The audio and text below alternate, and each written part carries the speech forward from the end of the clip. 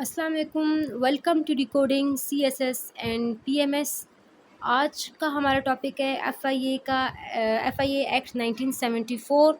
और जैसे कि हमें पता है कि एफआईए के जो टेस्ट थे वो स्केजुअल्ड हो गए हैं और कमिंग वीक्स में वो डिफरेंट बैचेस में होंगे। और इसके अंदर जो मोस्ट इम्पॉर्टेंट थिंग है, जो सिलेबस बताया गया उसमें इंग्लिश का 20 मार्क्स का है और जनरल इंटेलिजेंस 80 मार्क्स का है।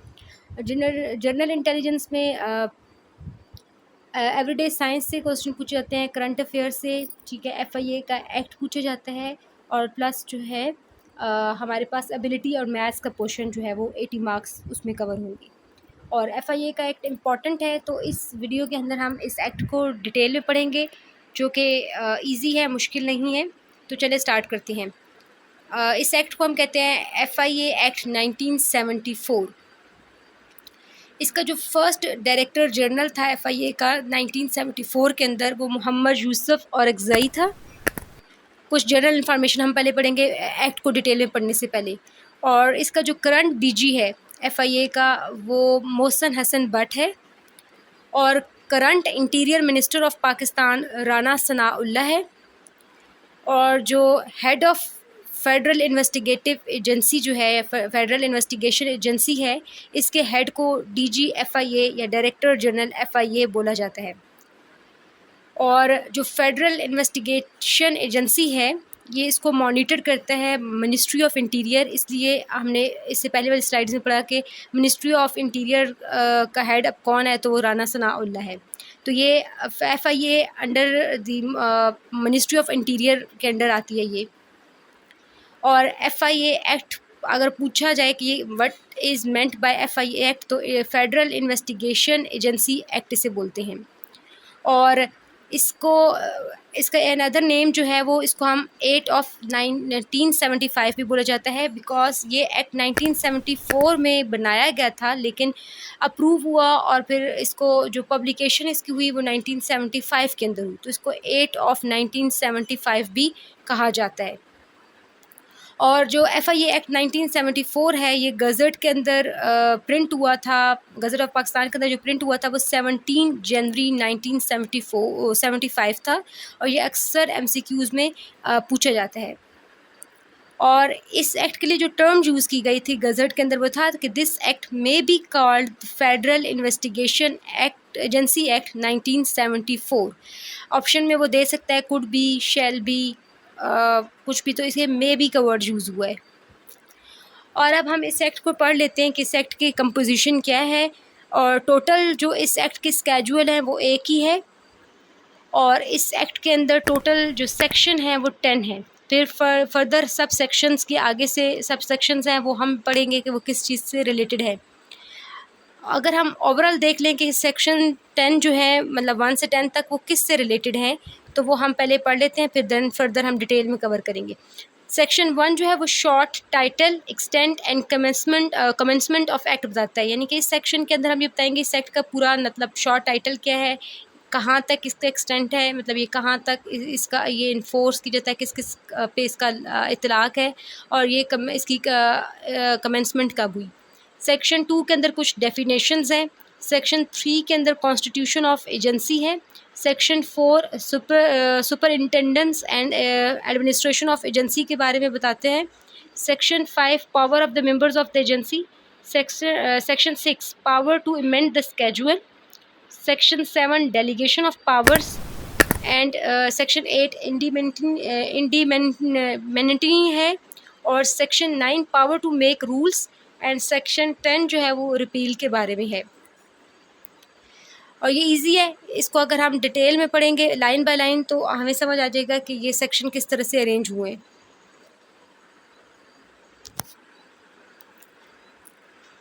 तो जैसे कि हम पढ़ चुके हैं कि सेक्शन 1 ऑफ दिस जो एक्ट है वो related to short title, extent and commencement के बारे में है।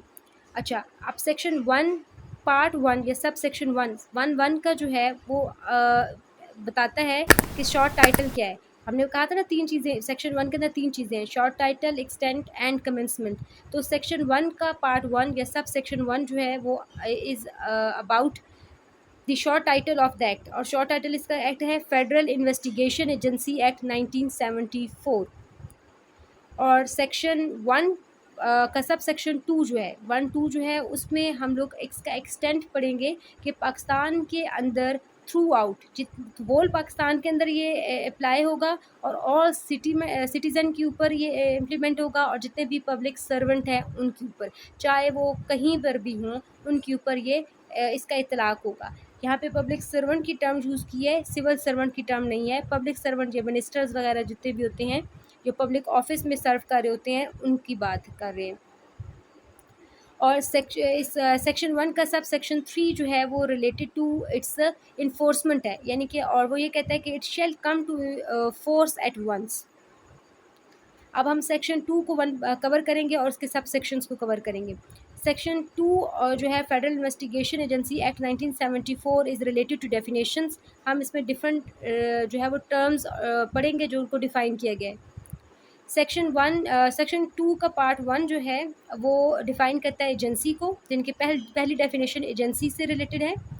सेक्शन 2 का सब सेक्शन 2 कोड को डिफ़ाइन करता है, और इसमें कोड का जो टर्म है वो for the code of criminal procedure 1898 1898 जो कोड है उससे उसका मतलब इस कोड से मुराद ये क्रिमिनल कोड होगा, और इसको हम एक्ट 5 ऑफ 1898 भी कहा जाता है। सेक्शन 2 सब सेक्शन 3 जो है वो डायरेक्टर जनरल से रिलेटेड इसके बारे में है कि डायरेक्टर जनरल कौन होगा, उसका पावर वगैरह क्या होगी वगैरह वगैरह। अच्छा, और सेक्शन 2 का जो सब सेक्शन 4 है वो प्रोविंशनल पुलिस के बारे में है, और जो कि किस तरह एक प्रोविंशनल गवर्नमेंट जो है वो पुलिस कॉन्स्टिट्यूट करती है, और वो जो पुलिस कॉन्स्टिट्यूट करती है वो अंडर पुलिस एक्ट 1861 जिसको हम 5 ऑफ 1861 भी बोलते हैं, वो उसके थ्रू करती है।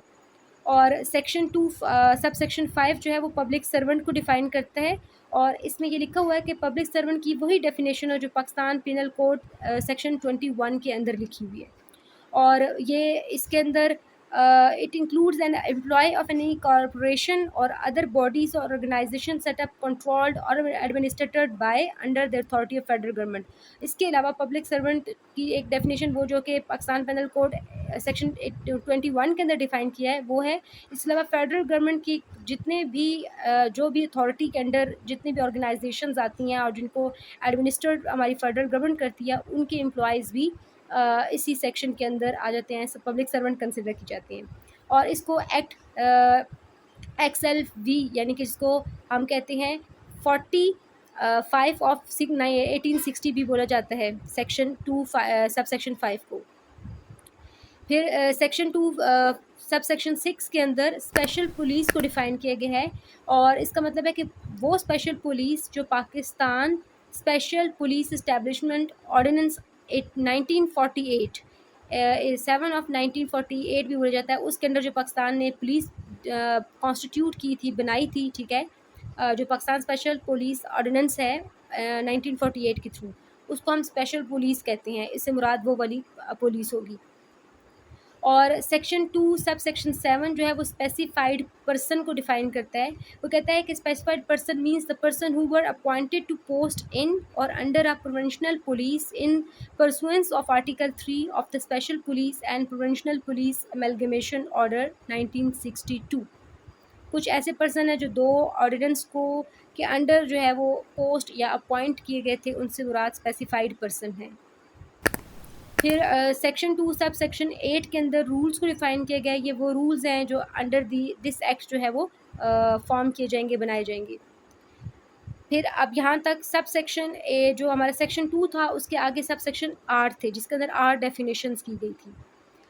नेक्स्ट हमारा सेक्शन 3 आ जाता है। सेक्शन 3 जो है वो related to the constitution of agency है, यानी कि इसके अंदर एजेंसी की कॉन्स्टिट्यूशन लिखा गया है कि ये किस तरह से काम करेगी, किस तरह से इसका इतलाक़ वगैरह होगा। और वो ये कहते हैं कि according to FIA act 1974 section 3 the agency shall consist of a director general to be appointed by the federal government, यानी कि कॉन्स्टिट्यूशन के अंदर ये बात लिखी गई है कि इसका हेड डायरेक्टर जनरल होगा और उसको फेडरल गवर्नमेंट जो है वो अपॉइंट करेगी। फिर सेक्शन 4 आ जाता है। सेक्शन 4 जो इस एक्ट का है वो related to superintendence and administration of agency है। 2 चीज़ों के बारे में बात करेगा कि यानी कि इस एजेंसी को कौन सुपरिंटेंडेंस करेगा और इसको एडमिनिस्ट्रेट कौन करेगा।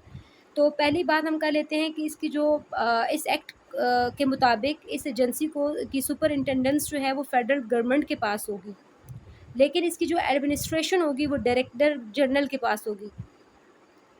और एडमिनिस्ट्रेशन ऑफ दिस एजेंसी जो है वो shall vested in the director general, और जिसकी पावर यानी कि डायरेक्टर जनरल ऑफ एफआईए की power equal to power of IG of police होगा, इंस्पेक्टर जनरल ऑफ पुलिस के बराबर होगी। यानी कि जो पावर पुलिस का इंस्पेक्टर जनरल एक्सरसाइज करता है, same power will be exercised by the director general of the FIA. Section 5 जो है एफआईए का वो related to powers of the member of agency है। लास्ट में हमने कॉन्स्टिट्यूशन और फिर डायरेक्टर उसके एडमिनिस्ट्रेशन सुपरिंटेंडेंस के बारे में पढ़ा। देन हम अब पावर के बारे में पढ़ेंगे, और पावर किसकी कि इस एजेंसी के जो मेंबर्स हैं उनके पास क्या क्या पावर्स हैं। सेक्शन 5 का सब सेक्शन 1 के अंदर बताया गया है कि इस एजेंसी के जो मेंबर हैं throughout Pakistan they have the power including to research, arrest of a person, seizures of a property and such duties, privileges and liabilities as the officers of the provincial police stated in. यानी कि इसके अंदर 2 बातें उसने बताई हैं कि section 5 sub section 1 के अंदर वो ये कह रहा है कि इस एजेंसी के members through out they have the power कि वो किसी भी जगह सर्च कर सकते हैं, किसी बंदे को अरेस्ट कर सकते हैं, कोई प्रॉपर्टी वगैरह सीज़र कर सकते हैं। इसके अलावा जब वो ये ड्यूटीज़ एक्सरसाइज कर रहे होंगे या परफॉर्म करेंगे तो उनके पास ड्यूटीज़, प्राइविलेजेस और लाइबिलिटीज़ वही होंगी जो कि एक प्रोविंशनल पुलिस ऑफिसर के पास होती हैं। और सेक्शन 5 सब सेक्शन 2 के अंदर बताया है कि एजेंसी का कोई भी पर्सन जिसका रैंक सब इंस्पेक्टर से लो होगा वो जो है ड्यूटी परफॉर्म नहीं कर सकता as a officer in charge of a police station in any area of time भी। यानी कि अगर किसी एरिया के अंदर पुलिस स्टेशन के अंदर officer in charge for the time being कोई परफॉर्म करना है इस एजेंसी का बंदा, तो उसका रैंक सब इंस्पेक्टर तक कम से कम होना चाहिए, इससे लो नहीं होना चाहिए, इससे बिलो नहीं होना चाहिए। एंड एफआईए का जो सब इंस्पेक्टर है उसकी अथॉरिटी एसएचओ ऑफ पुलिस की इक्वल है। और police stations includes any place declare as police station, यानी कि कोई भी पुलिस स्टेशन, जब यहाँ पे इस एफआईए एक्ट के अंदर जब पुलिस स्टेशन की टर्म यूज़ होगी तो इसके अंदर कोई भी पुलिस स्टेशन आ जाएगा, जनरल एज वेल एज कोई स्पेशल जिसको डिक्लेयर किया गया है। और सेक्शन 5 सब सेक्शन 3 के अंदर वो बता रहा है कि डायरेक्टर जनरल अथोराइज करेगा, अथॉरिटी देगा sub inspector not below then sub inspector किसी पर्सन को कि वो on the behalf of this agency without warrant arrest कर सके। यानी कि सब इंस्पेक्टर तक पर्सन जो है जिसका रैंक सब इंस्पेक्टर है वो अगर उसको डीजी जो है वो अथॉरिटी देता है तो वो on the behalf of this agency with arrest कर सकता है विदाउट वारंट। लेकिन सब इंस्पेक्टर से कम रैंक का बंदा जो है उसके पास ये अथॉरिटी नहीं है। और अरेस्ट विदाउट वारंट जो है वो कौन करता है, मेंबर ऑफ एजेंसी करते हैं। इसके अलावा जब मेंबर ऑफ एजेंसी में make an order for not transferring property under investigation, अगर कोई इन्वेस्टिगेशन चल रही है और वो प्रॉपर्टी ट्रांसफ़र नहीं कर रही तो एजेंसी का जो मेंबर है वो इन राइटिंग जो है वो ऑर्डर पास करेगा। The contravention of the order under section 5 of FIA act is punishable with rigorous punishment of 1 year. 1 year की पनिशमेंट मिल सकती है, ठीक है, अगर कोई कॉन्ट्रवेंशन हो रही है। और certain officers of the agency deem to be the public prosecutor stated in the section 5A। 5A के अंदर ये बताया गया है कि इस एजेंसी के कुछ ऑफिसर्स पब्लिक प्रोसिक्यूटर्स के तौर पर भी एक्ट कर सकते हैं। और ये बात कब की गई थी कि जो कुछ इसकी एजेंसी के जो ऑफिसर्स हैं वो पब्लिक प्रोसिक्यूटर्स के तौर पर एक्ट कर सकते हैं। ये बात एफआईए अमेंडमेंट ऑर्डिनेंस 2002 के थ्रू जो है वो एक्ट के अंदर ऐड किया गया था। फिर अब वो ये कह रहा है कि जब हमने ये पिछली स्लाइड में बात की कि इसके कुछ members as a public prosecutor act करते हैं, तो वो कौन करते हैं, assistant directors legal and deputy directors law of agency जो है they shall be deem to be the public prosecutors and shall be competent to institute and conduct any proceeding in case sending up for the trial the agency in the special court. किसी भी special court के अंदर कोई भी proceeding भेजी गई है तो इन दैट केस जो एजेंसी के असिस्टेंट डायरेक्टर और डिप्टी डायरेक्टर है, they can be deemed as a public prosecutors. Section 6 के बारे में बात कर लेते हैं। सेक्शन 6 जो है इसके अंदर ये related to the power to amend the schedule, यानी कि इसके अंदर ये बताया गया है कि किस तरह से स्केड्यूल के अंदर अमेंडमेंट की जा सकती हैं और किसको ये पावर दी गई है कि वो इसके अंदर अमेंडमेंट कर सकता है। और इसके अंदर ये बताया हुआ है फिर इसी के अंदर कि the federal government may be notified in the special gazette amend the schedule as so as to add any entry thereto or modify or omit any entry therein, यानी कि सेक्शन 6 ये कहता है कि स्केड्यूल को कैसे अमेंड करना है, उसकी पावर उसको डिफाइन किया गया और ये पावर फेडरल गवर्नमेंट के पास है कि वो प्रॉपरली नोटिफाइड करेगा ऑफिशियल गजट के थ्रू कि हम स्केड्यूल के अंदर कोई चीज़ ऐड कर रहे हैं, मॉडिफाई कर रहे हैं या ओमिट कर रहे हैं। सेक्शन 7 जो है वो is related to delegation of power है, यानी कि डायरेक्टर जनरल या इसका मेंबर जो हेड होंगे वो दूसरे लोअर रैंक के ऑफिसर्स को किस तरह पावर ऑथराइज करेंगे, पावर डेलीगेट करेंगे to perform some duties, some task. Director general may be direct all or any of his power to any member of agency in writing, और वो ये काम कब करेगा, इन राइटिंग ऑर्डर्स उसके जाएंगे तब। Section 8 of FIA act is related to indemnity, यानी कि इसका मतलब ये है कि FIA अपने मेंबर्स को कुछ ज़मानत देगा, प्रोटेक्शन प्रोवाइड करेगा अगेंस्ट अरेस्ट हो गया या मतलब हार्म। वो कैसे करेगा, अगर कोई बंदा इन फेवर ऑफ एजेंसीज़ या इन गुड फेथ वो कोई काम कर रहा है तो फिर उसको ये प्रोटेक्शन दी जाएगी कि उसको जो है वो अरेस्ट वगैरह नहीं किया जाएगा या उसके खिलाफ कोई लीगल प्रोसीडिंग स्टार्ट नहीं की जाएगी। तो यहाँ पे सेक्शन 8 सब सेक्शन 1 के अंदर ये डिफाइन किया गया है कि no legal proceeding shall lie against any member of the agency or any other person exercising any power or performing any functions under this act in good faith done stated in, यानी कि कोई भी अच्छे purpose के लिए और for the sake of this agency वो काम कर रहा है तो उसके अगेंस्ट कोई लीगल प्रोसीडिंग स्टार्ट नहीं की जाएंगी। एंड उसके अलावा वो कहता है ये जो इंडेमिनिफाइड किया गया है ये टू ऑल मेंबर्स है, यानी कि all members of this agency who are doing they are performing their work in a good faith और in accordance to the FIA act, तो उनको प्रोटेक्शन प्रोवाइड की जाएगी, उनके खिलाफ कोई लीगल प्रोसीडिंग स्टार्ट नहीं की जाएगी। सेक्शन 9 FIA एक्ट का जो है वो related to the power to make rules, यानी कि इसके अंदर ये बताया गया है कि FIA एक्ट कैसे रूल्स बनाएगा, क्या क्या पावर्स हैं, किसके पास पावर है कि वो इस एक्ट के इसके रूल्स बनाए। और फेडरल गवर्नमेंट के पास ये पावर है कि वो प्रॉपरली ऑफिशियल गजट के थ्रू नोटिफाइड करेगा कि वो किस तरह से ये रूल्स बनाने हैं और किस तरह से वो लॉज बनाएंगे under this act. Terms and condition of the services of the director general FIA can be provided in the rules, और यही रूल्स के अंदर ये भी बताया जाएगा कि FIA का कैसे सेलेक्ट होना है, उसकी क्या टर्म्स एंड कंडीशंस हैं और उसकी सर्विसेज वगैरह क्या होंगी, क्या कब तक होंगी। तो ये सारा अंडर दीज रूल्स जो है वो एक्सप्लेन किया गया है। फिर जो रिवॉर्ड्स है may be given for the commendable services to members as well as public, किसी को भी दिया जा सकता है under FIA act. Section 10 of the FIA act जो है वो रिलेटेड टू रिपील है, यानी कि Pakistan special police establishment ordinance 1948 बनाया गया था, ये हम पहले भी पढ़ चुके हैं, जिसके थ्रू स्पेशल पुलिस बनाई गई थी। इस ऑर्डिनेंस को जो है वो रिपेल्ड कर दिया था FIA एक्ट ने। And the power and the function of the members of the agency in relation to the conduct of inquiries investigation come under the section of power to make rules, और जितने भी ये चीज़ें हैं कि power हैं और मेंबर के एजेंसी के जो मेंबर हैं वो कैसे फंक्शन करेंगे कोई भी इंक्वायरीज इन्वेस्टिगेशन कैरी आउट करने के लिए, तो वो सारा कुछ डिफाइन किया गया है रूल के सेक्शन के पावर टू मेक रूल्स वाले सेक्शन में ये बताया गया है। जो power of the inspector general of police है वो एक्सरसाइज बाय द DG है under which act of police, हमने ये बात पहले कर ली है कि FIA का जो DG है उसकी पावर IG ऑफ पुलिस के इक्वल है, मतलब दे एक्सरसाइज द सेम पावर, और ये बात अंडर जो पुलिस एक्ट 1861 के थ्रू कहा गया है। और this is all about FIA act, hopefully समझ आ गया होगा। अगर कुछ भी इस एक्ट से रिलेटेड पूछने हैं तो कमेंट में आप पूछ सकते हैं, और अगर आपको वीडियो अच्छी लगी है तो लाइक कर दें, सब्सक्राइब कर दें, और थैंक यू।